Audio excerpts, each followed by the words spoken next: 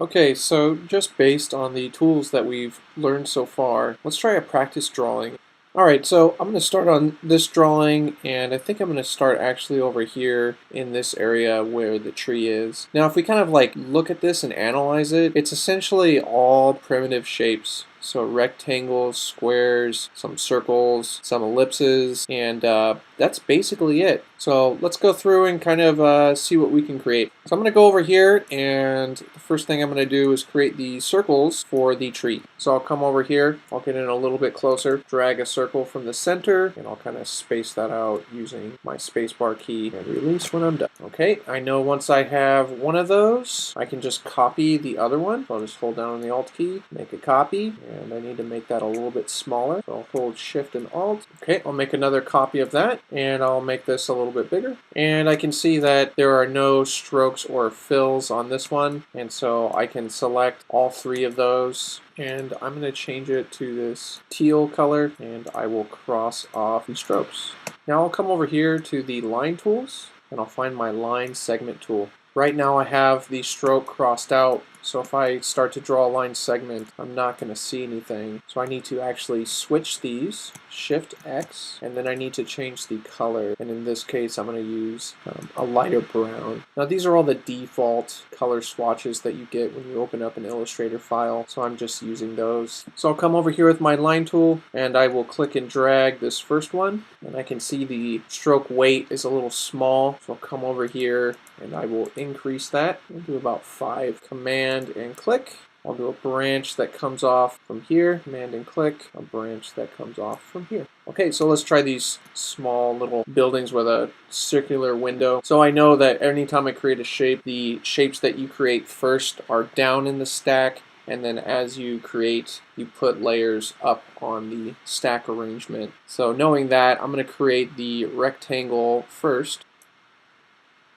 And I'm going to go ahead and switch back to a black outline. I'll go down to about 2 points, and I'll click. And before I fill the shape, I'm going to go ahead and make the circular window. I'll hover near the center, hold down on my Alt key, hold down on my Shift key, and create that shape. I'll go ahead and select this. I'm going to change this to a kind of a duller yellow color. Select the circle and change that fill, kind of a desaturated blue. And now that I have one, I know I can select those both, hold down on the Alt key, and copy it. All right, let's try this building. So I'm going to go ahead and take off the fill. And usually when you're building your vector paths or you're building an illustration, it's good to work with no fill first and just to outline your paths, and then after you're done with that to start to fill them in. Not always, but typically. So I'm going to hit the M key to get my rectangle tool, and I'll go ahead and make that building shape. And now I'm going to draw another rectangle. This is kind of like a skyscraper. These are probably the windows, so I'll make that shape. And instead of drawing that shape a number of times, I'm just going to make a copy of it and then duplicate it. So I'll hover inside and hold down on my Alt key,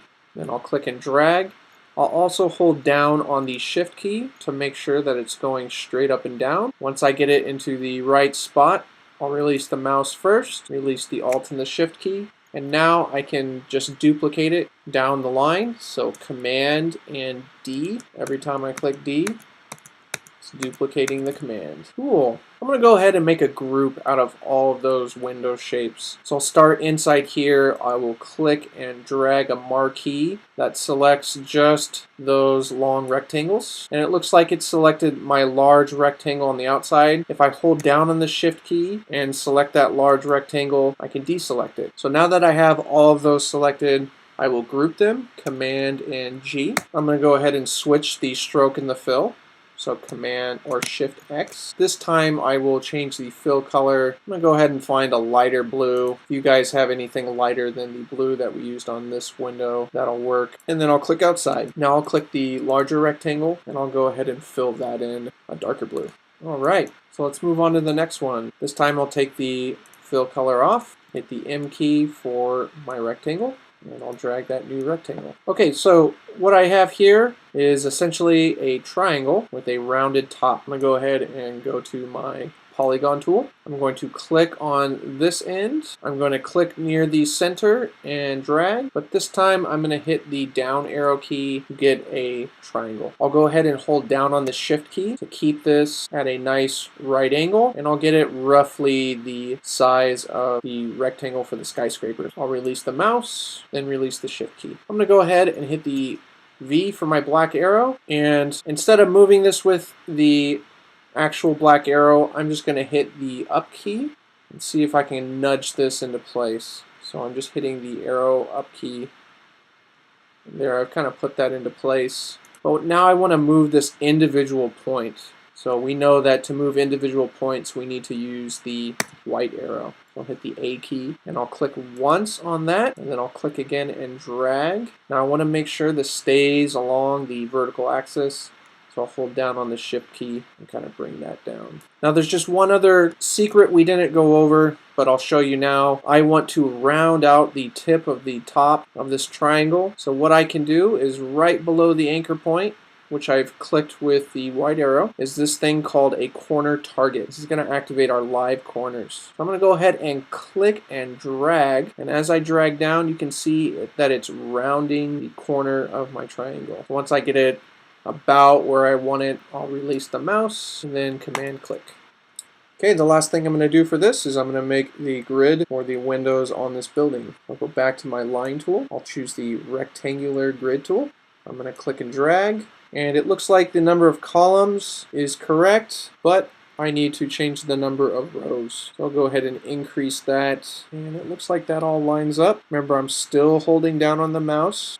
Looks like I need some more rows, so I'll click once and twice, 3, 4, 5. Oh, there we go. So it was a lot more than I thought. Okay, and release. And that looks right. So I'll go ahead and color in this building. Let's go ahead and start with this grid. So if I click on this grid, I'm going to go ahead and change the stroke color. So I'm going to go ahead and change it to a light gray. So we have a series of grayscale values. I'll choose one of these. But then we can also fill in the grid. I'm going to fill that in with our window color. And then now I can click the rectangle that we first made, and I'll change that color, maybe a green. Okay, and the roof. Go ahead and change the fill color for that roof. Alright, not bad. Okay, so last house. Go ahead and go back to my rectangle tool. Take off the fill. Draw that first rectangle. Command click. And draw this little doorstep rectangle here. Command click. Okay, the door. And it looks like I need a grid for the window. Click. And this time I'm going to hit the down arrow key and the left arrow key to go back to just a 4-square grid. I need a triangle on top. I'll go ahead and hover near the center and draw that triangle. I'll hold down the shift key. I'm looking at the left and right ends of the triangle, just trying to line that up with the rectangle. I'll go ahead and activate my black arrow, so V key. I'll use my arrow keys and nudge that triangle up. I'll go over to my white arrow and I'll select this point, pull it down, holding down on my shift key. Go back to my black arrow. That looks good. I'll go ahead and make this roof. Let's see, what color did I make that? I'll make that a blue roof. And in this case, it's going to be a yellow house. Let's go ahead and make this a light brown door. And maybe a similar color for the doorstep. And I'll change the inside color of this window. Just go ahead and have it be the same blue. Zoom out a little bit. So it's looking pretty good. Let's do this base shape on the bottom. I'll hit the M key, go back to my rectangle, and I will now draw a rectangle going across. Change the fill color, change it to a brown. Then I'll hit Command and click. Okay, so let's finish this off. Looks like I need a sun and some clouds. So I'll use the L key to activate my ellipse tool, find the center, hold down on the Alt, hold down on the shift, okay, get that approximate. I'll go ahead and take off the stroke on that, and I'll fill that with an orange color. Command and click when I'm done. And I'll stay on my ellipse tool, but this time I will choose the lightest gray that I can find, right about here. And since we're working on a white background, it's going to be a little hard to see at first. So I'll actually put a stroke on it in the beginning, just so we can see the path as we're doing it. Go ahead and kind of trace those